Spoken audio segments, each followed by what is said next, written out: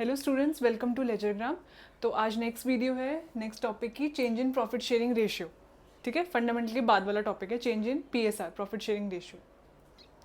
अब इसमें हम देखते हैं क्या लिखा हुआ है। यहाँ पे मैंने कुछ इंपॉर्टेंट चीज़ें लिखी हुई है, जैसे a firm is reconstituted in the event of. Reconstitution का मतलब क्या होता है कि पुराना एग्रीमेंट बंद हो रहा है और नया एग्रीमेंट चालू हो रहा है ना। तो वो किन किन सिचुएशन में हो सकता है आपको पता है। रिकॉन्स्टिट्यूशन कब कब होगा?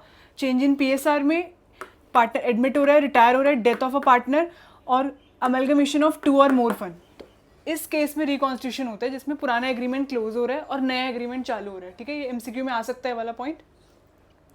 अब हम देखते हैं change in profit sharing ratio में क्या क्या अकाउंट बना लेते हैं हम। Revaluation account, partners capital account, और अगर फिक्स्ड होगा तो करंट का भी यूज़ हो जाएगा, और बैंक अकाउंट, कैश अकाउंट की रिक्वायरमेंट हो तो, वरना और एक बैलेंस शीट बनती है इस वाले अकाउंट में।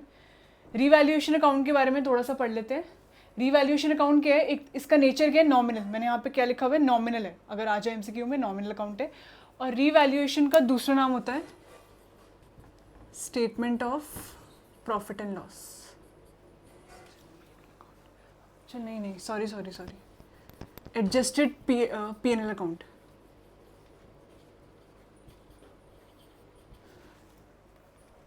ठीक है, रिवैल्यूएशन का दूसरा नाम होता है adjusted profit and loss account. इसमें क्या है, अगर हमारे डेबिट साइड में लॉस होगा और क्रेडिट साइड में हमें क्या हो रहा है? प्रॉफिट। तो एसेट्स अगर डिक्रीज हो रही है तो डेबिट में, और लाइबिलिटीज बढ़ रही है तो क्रेडिट में। और अगर एसेट्स बढ़ रहे हैं तो प्रॉफिट है, और लाइबिलिटीज घट रही है तो प्रॉफिट है। ठीक है, सिंपल सी बात है। मैंने वहाँ पे लिख दिया है कि लॉस कब होगा और प्रॉफिट कब होगा। अब इसमें हम एक चीज़ देखते हैं, एक सिचुएशन लेते हैं, क्वेश्चन जो है situation accumulated profits and losses की, मतलब जनरल रिजर्व और एक्यूमुलेटेड प्रॉफिट्स एंड लॉसेस। जैसे क्वेश्चन है, उसमें 2 पार्टनर्स है X and Y, old ratio दे रखी है 3:2, और अब रिकॉन्स्टिट्यूशन हो रहा है तो रेशियो चेंज हो रही है इन फ्यूचर, तो वो एक्स और वाई की हो जाएगी 2:3। मतलब 3/5 और 2/5 था, अब हो गया 2/5 और अब हो गया 3/5। तो इस चैप्टर में हम क्या निकालते हैं? सबसे पहले सैक्रिफाइसिंग शेयर। सैक्रिफाइसिंग शेयर का फॉर्मूला क्या होता है? Old share minus new share. ठीक है, सैक्रिफाइसिंग शेयर का फॉर्मूला क्या होता है? Old share minus new share. अब आपको भी इसमें दिख रहा है साफ कि कौन सैक्रिफाइस कर रहा है और कौन गेन। तो एक्स का पुराना शेयर 3/5 था और एक्स का इन फ्यूचर हो जाएगा 2/5, तो एक्स क्या कर रहा है बेचारा? सैक्रिफाइस। वाई का पुराना क्या था? 2/5, और वाई का फ्यूचर वाला हो जाएगा 3/5, तो वाई गेन कर रहा है 1/5 से। अब फॉर्मूला भी लगाओगे वैसे तो दिख ही रहा है साफ। ठीक है, ओल्ड माइनस न्यू करके वही आएगा। अब एक क्वेश्चन में मैंने क्या लिया है कि लाइबिलिटी साइड में मैंने जनरल रिजर्व दिखाया हुआ है 50,000। तो 2 सिचुएशन होती है ना आपकी क्वेश्चंस में। एक होता है कि कोई इन्फॉर्मेशन नहीं दे रखी रिजर्व के बारे में, एक तो ये केस है। दूसरा केस है कि उनको डिस्ट्रीब्यूट नहीं करना रिजर्व, या डिस्टर्ब नहीं करना। तो अब इन 2 केसेस में क्या होती है एंट्री? अगर कुछ नहीं दे रखा किसी भी टॉपिक में, आगे वाले टॉपिक्स में कुछ भी नहीं दे रखा कि रिजर्व के बारे में कोई इन्फॉर्मेशन नहीं है, तो हम इसको पार्टनर्स में बांट देंगे। कौन सी रेशियो में? ओल्ड रेशियो में। सारी चीज़ें हम कौन सी चीज़ में बांटते हैं? ओल्ड रेशियो में लगभग। ठीक है, तो ये कौन सी रेशियो में बढ़ जाएगा? In old ratio. एंट्री क्या होगी? General reserve account debit to partners capital account. अब दूसरा केस क्या है?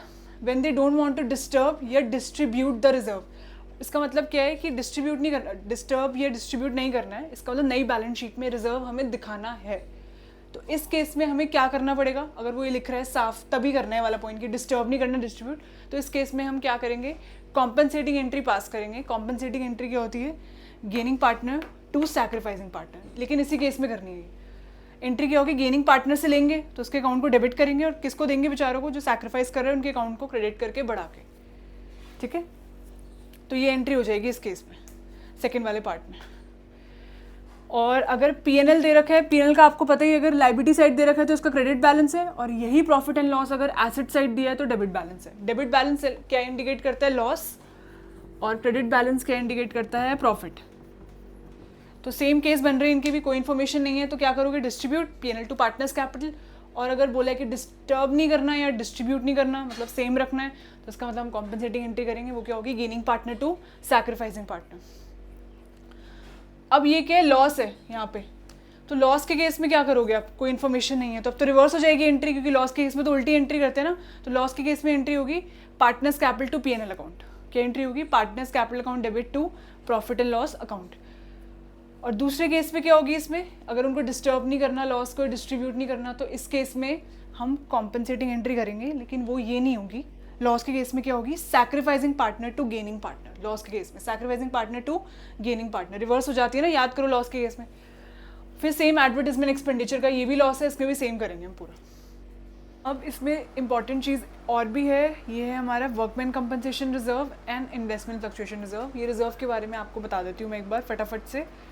ये केसेस है, WCR बैलेंस शीट के अंदर पड़ा हुआ है 90,000 का, कोई इन्फॉर्मेशन नहीं दे रखी, तो और रिजर्व की तरह इसको क्या कर दोगे, बांट दोगे। कौन सी रेशियो में, ओल्ड रेशियो में।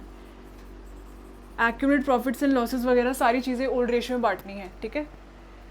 उसके बाद नेक्स्ट केस क्या है, क्लेम ऑन वर्कमैन कंपनसेशन है 80,000 का और 90 का फंड पड़ा है, और वो क्लेम कह रहा है कितने का, 80,000 का। तो आपके पास इतना फंड है ना कि हम क्लेम बना कर सकते हैं। तो क्या एंट्री होगी इसकी, WCR 90,000 है, टू क्लेम 80,000, बचा फंड का करोगे, वो भी पार्टनर से बांटना ही पड़ेगा, ऑप्शन नहीं है ना 10,000 का, ठीक है। तो 80 हमने इससे काट लिया, बाकी 10 पार्टनर से बांट देंगे।